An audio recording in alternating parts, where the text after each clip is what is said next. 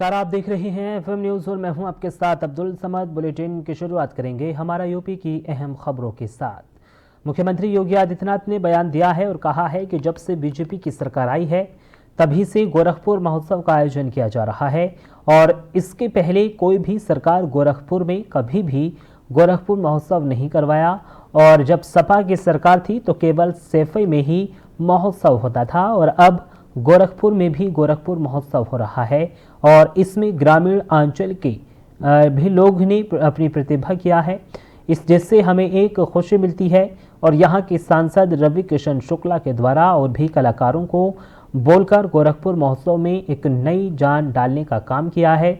और मैं आप लोगों से भी आह्वान करना चाहता हूँ कि 22 तारीख को अयोध्या में राम मंदिर के लिए बहुत ही खुशी की बात है और मैं आप लोगों से आह्वान करता हूं कि आप लोग भी अपने गांव में 22 तारीख का भंडारे का आयोजन ज़रूर करने का काम करें और मैं सभी लोगों को इस महोत्सव करने के लिए बधाई देना चाहता हूं। बड़े बड़ी चीजों को और लोग आके यहाँ से इस प्रदर्शनी से, इस गोरखपुर महोत्सव से एक ज्ञान का एक एग्जाम्पल लेके जा रहे हैं, सीख के जा रहे हैं, लर्निंग प्रोसेस हो रहा है। ये बहुत बड़ी चीज है कि क्या इस शहर ने उपलब्धि पाई है। हर साल ये शहर कैसे अपग्रेड हुआ है, कैसे ये नौकायान से लेके, कैसे इंडस्ट्रियल एरिया, कैसे गीडा से लेके, कैसे एयरक्राफ्ट या कैसे रेलवे स्टेशन का और कैसे यहाँ की गली नली और यहाँ के बड़े बड़े नालों का चौड़ीकरण, सड़कों का, बिजली का, व्यवस्था का एक पूरा समूचा ढांचा इस गोरखपुर महोत्सव के द्वारा दिखाया गया। गोरखपुर तब और गोरखपुर अब वो दिखाया गया। गोरखपुर की संस्कृति का रहल, एक इतिहास का रहल। गोरक्षपीठ ने कैसे 5 पीढ़ी एक आंदोलन किया, कैसे उस आंदोलन को 5वीं पीढ़ी में पूज्य महाराज जी द्वारा, यशस्वी प्रधानमंत्री मोदी जी द्वारा 22 जनवरी को प्रभु राम के मंदिर का कपाट खुलेगा, प्रभु राम विराजेंगे और उसके दर्शन होंगे। एक बार हम चार जोर से बोलिए जय श्री राम। अभी से 16 जनवरी के लिए 16 जनवरी से अभी से हम तैयारी करें। हर देव मंदिर में और परिवार के लोग हर घर में राम नाम संकीर्तन का पाठ करें। हमारे यहां कोई मांगलिक कार्यक्रम होता है तो हम लोग पहले से अखंड रामायण का पाठ करते हैं।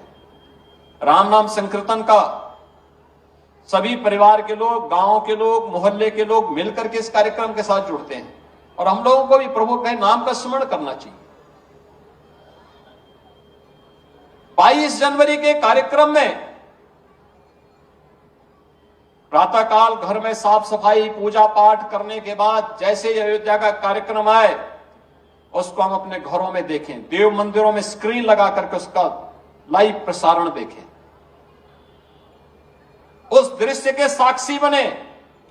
सैकड़ों वर्षों के बाद यह दिन आया है और हजारों वर्षों के लिए आने जा रहा है। याद करिए, सैकड़ों वर्षों के बाद आया है। 500 वर्षों के बाद कितनी पीढ़ियों ने संघर्ष किया। बहुत सारी पीढ़ियां संघर्ष करते करते चली गई, लेकिन यह दिन नहीं देख पाए। आप सब सौभाग्यशाली हैं, हम सब सौभाग्यशाली हैं कि हम अपनी आंखों से इस दृश्य को देख रहे हैं। प्रभु की लीला का अपने सामने अवतरण देख रहे हैं और उस दृश्य के हम सब साक्षी बने, यह सबसे महत्वपूर्ण है। और उस कार्यक्रम में हम प्रत्यक्ष वहां बाद में जाएंगे, लेकिन लाइव प्रसारण उसको देखें अपनी आंखों से, क्योंकि आप प्रत्यक्ष जो वहां बैठेंगे वहां पे भी उसी रूप में आप देखेंगे। और अपने स्क्रीन में, टेलीविजन की स्क्रीन में या देव किसी मंदिर के स्क्रीन में आप उसको देखिए। जब एक कार्यक्रम संपन्न हो फिर मंदिर में पूजा करिए और प्रसाद वितरण करिए। कंबल और गरीबों को ऊनी वस्त्र वितरण करिए। सायंकाल अपने घर में, देव मंदिरों में दीपोत्सव का आयोजन करिए। इंडिया गठबंधन लोकसभा चुनाव को लेकर लगातार बैठकें कर रहा है तो वहीं उत्तर प्रदेश में राष्ट्रीय लोकदल और समाजवादी पार्टी का गठबंधन है। आगामी लोकसभा चुनाव को लेकर राष्ट्रीय लोकदल की क्या तैयारी है, इसके बारे में हमारे लखनऊ से संवाददाता अविरल अग्निहोत्री ने आरएलडी के प्रदेश अध्यक्ष से खास बातचीत की है। आपको सुनवाते हैं।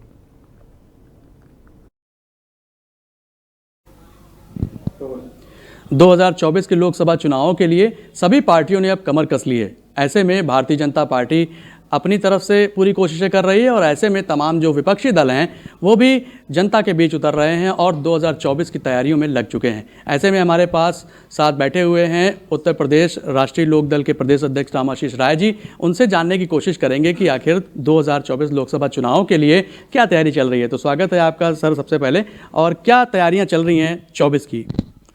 देखिए, आरएलडी मुख्य रूप से किसानों और नौजवानों की पार्टी है और किसान के मुद्दों को लेकर के राष्ट्रीय लोकदल निरंतर संघर्ष कर रहा है। उत्तर प्रदेश के किसानों की लड़ाई लड़ रहा है। अभी हम लोगों ने 9 तारीख को यहाँ मुख्यमंत्री के आवास पर मार्च करने का फैसला किया था, उनको मांग पत्र दिया है गन्ना किसानों के बकाये मूल्य का ब्याज सहित पेमेंट करने का, गन्ना मूल्य बढ़ाए जाने का, और कल 7 जनवरी को पश्चिमी उत्तर प्रदेश में नौजवानों के मुद्दों को लेकर के, उन्हें रोज़गार के मुद्दे को लेकर के एक बड़े पैमाने पर एक हमारा युवा सांसद का आयोजन था जिसमें हज़ारों नौजवानों ने भाग लिया था। तो किसान और जवान हमारे एजेंडे में हैं, उनकी लड़ाई हम लड़ रहे हैं। 2024 में हमारे लिए ये महत्वपूर्ण मुद्दा होंगे लोगों के बीच में ले जाने के लिए। हम अपने संगठन का तंत्र और मजबूत करने में लगे हुए हैं और हर लोकसभा में हम अपना प्रभारी बनाने की योजना बना रहे हैं, बूथ कमेटियां बन रही हैं। इन सब मुद्दों को लेकर के हम 2024 में जो संविधान और लोकतंत्र का गला घोटा जा रहा है, इसके खिलाफ जनमत जागृत करने के अभियान में लगे हुए हैं। जिस तरीके से देखा जाता है कि भारतीय जनता पार्टी लगातार हमलावर रहती है विपक्षी दलों के ऊपर में, सीधे तौर पर उनका यह कहना है कि जो गठबंधन कर रहा है विपक्ष, उसका कोई एक नेता नहीं है, उसके पास कोई प्रधानमंत्री का चेहरा नहीं है। तो आखिर किस तरीके से वो लोगों के बीच में जाएगा जब उसके पास खुद का अपना एक बेहतर नेता नहीं है प्रधानमंत्री पद के लिए? तो ऐसे में क्या लगता है आपको कि इसका क्या जनता के बीच में बात जा रही है और कैसे आप इस चीज़ का देखिए, विपक्ष में अनेक नेता हैं, बड़े बड़े नेता हैं। मल्लिकार्जुन खड़गे हैं, नीतीश कुमार हैं, शरद पवार हैं, बड़े बड़े नेता हैं। लेकिन ये गैर लोकतांत्रिक बात है कि पहले नेता घोषित करके चुनाव लड़ना। लोकतंत्र में सांसद अपने नेता का चयन करता है और जिसको सांसद जीत करके आते हैं, नेता का चयन करता है, वो देश का प्रधानमंत्री बनता है। तो जो लोग चुन के आएंगे वो आपस में बैठ करके नेता का चुनाव करेंगे, वो हमारा देश का प्रधानमंत्री होगा। बहुत बहुत धन्यवाद। तो लोकसभा चुनावों की तैयारियों में सभी दल लगे हुए हैं। तो ऐसे में प्रदेश अध्यक्ष राष्ट्रीय लोकदल के रामाशीष राय जी ने बताया कि भारतीय जनता पार्टी केवल और केवल मुद्दों की राजनीति को भटका कर बात करना चाहती है और जो मेन मुद्दे हैं, चाहे वो किसानों के हों, चाहे वो रोज़गार के हों, नौजवानों के हों, उन पर बात नहीं करना चाहती। ऐसे में 2024 में जनता किसकी ओर वोट करने वाली है, ये तो देखते हुए बनेगा। कैमरामैन ज्ञान के साथ मैं अविरल अग्निहोत्री। मुख्यमंत्री योगी आदित्यनाथ ने अयोध्या में श्री राम लला की प्राण प्रतिष्ठा से पूर्व पूरे प्रदेश को साफ सुथरा और सुंदर बनाने का आह्वान किया है। प्रदेश भर के ग्राम प्रधानों और पंचायत निधियों से संवाद करते हुए मुख्यमंत्री ने स्वच्छता को ईश्वरीय कार्य बताते हुए कहा है कि विशेष स्वच्छता अभियान में भावना के साथ जुड़कर पूरे देश को एक नया संदेश दिया जाना चाहिए। मुख्यमंत्री ने कहा है कि 22 जनवरी को राष्ट्रीय उत्सव की तिथि है। 500 वर्षों के इंतजार के बाद प्रभु श्री राम के नव्य भव्य और दिव्य मंदिर में विराजमान होने का उत्सव सिर्फ अयोध्या का ही नहीं बल्कि ये हर गांव, हर घर और हर जन का उत्सव है। यह अभूतपूर्व उत्सव है, तो हर गांव और हर घर तक तैयारियां भी उसी रूप में होनी चाहिए।